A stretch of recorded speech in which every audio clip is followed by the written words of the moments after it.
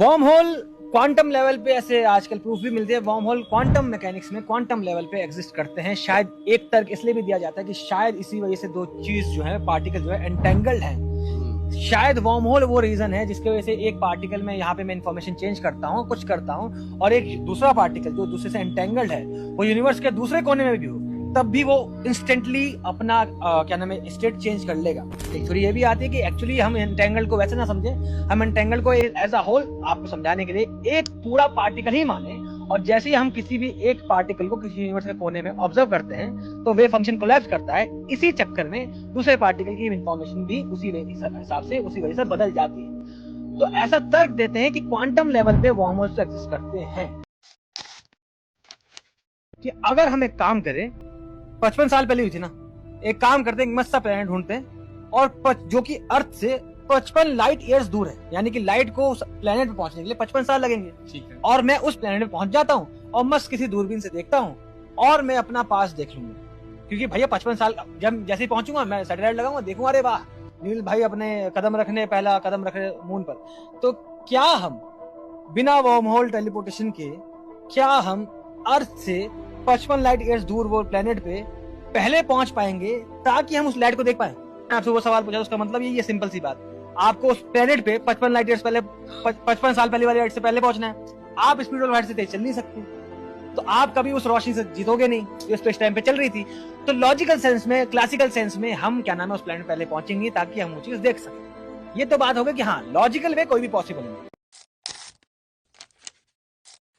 अब सारी खेल आता है कि नई चीजों पे, अब टेलीपोर्टेशन पे आएंगे, वर्म होल पे आएंगे। सबसे पहले अब इनका चालू हो गया तो इनके सवाल का जवाब लेते चलते हैं कि एक तरीका यह है उस 55 साल पहले पुरानी लाइट से जीतने का कि हम उस 55 लाइट ईयर्स दूर वाले प्लेनेट पे तुरंत पहुंच जाते हैं टेलीपोर्ट करके। अब टेलीपोर्टेशन कैसे होता है पता है? जैसा जितना भी आप पढ़ेंगे उसमें क्या आता है कि दीक्षित साहब को मुझे टेलीपोर्ट करना है उस प्लेनेट पे, मान लीजिए वहां पे लकीली वहां पे एक मशीन मिल गई जो वहां से टेलीपोर्ट कर देगी इन्फॉर्मेशन।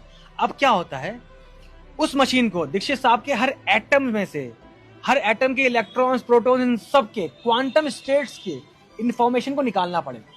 लगभग एक शरीर के अंदर 10 टू की पावर 28 एटम्स होते हैं लगभग। यस। एटम्स के बाद उसके अंदर प्रोटॉन्स कितने, इलेक्ट्रॉन्स कितने, क्वार्क्स, ये सब जो सब कुछ है, उन सबकी इंफॉर्मेशन ले लो। मगर दिक्कत क्या है, हमें उस इंफॉर्मेशन को वहां से उठाना है जिस स्टेट में वो है।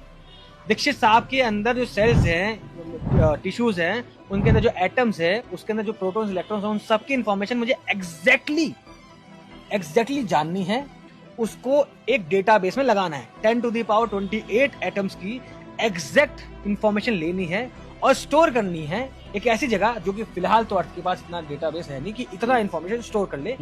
बात यहाँ पे क्वांटम स्टेट्स की हो रही है, हर एक स्टेट को स्टोर करना। उससे भी हमारे पास एलिमेंट्स होते हैं, उन्हीं सबसे मिलके बने तो दुनिया में ब्रह्मांड में फैले हुए। अब मैं क्या करूंगा, वो सारी इंफॉर्मेशन वहां से किसी एटम को इकट्ठा करूंगा, वो डाल दूंगा।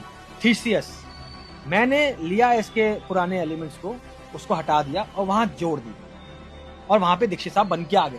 और दीक्षित साहब ने लगाई दूरबीन और देख लिया, अरे वाह नील भाई वहां बैठे, नील भाई ने कदम रखा या फिर नहीं रखा। हाइजेनबर्ग साहब ने क्या कहा था, आप किसी भी मॉलिक्यूलर लेवल पर जाके, वैसे हर एक के लिए एप्लीकेबल है, किसी भी चीज की पोजीशन और मोमेंटम एक साथ डिफाइन नहीं कर सकती। तो teleportation in terms of logical sense में कहा जाए तो लगभग नामुमकिन है। अब मुमकिन होने की बात होगी तो पता नहीं और क्या क्या होगा कि आगे चल के हमें शायद ये पता चल जाए कि हाइजेनबर्ग साहब गलत थे, आइंस्टाइन एकदम एक जमाने में एकदम सही थे। आइंस्टाइन इसके पूरे अगेंस्ट थे कि यार क्वांटम मैकेनिक्स, ये हाइजेनबर्ग जो तुम बात कर रहे हो वो क्या बेवकूफ वाली बात कर रहे हो। आइंस्टाइन थे कि यार हम पोजीशन और मोमेंटम डिफाइन कर सकते हैं। हाइजेनबर्ग ने बोला नहीं कर सकते। एक्सपेरिमेंट्स अभी हो रहे हैं और जो चीज हाइजेनबर्ग को सही साबित भी कर रही है। लेकिन साइंस की सबसे खूबसूरत बात यही है कि आगे चल के वो सारी चीजें शायद गलत भी हो जाए। तो अभी के हिसाब से लगभग नामुमकिन है ये कर देना।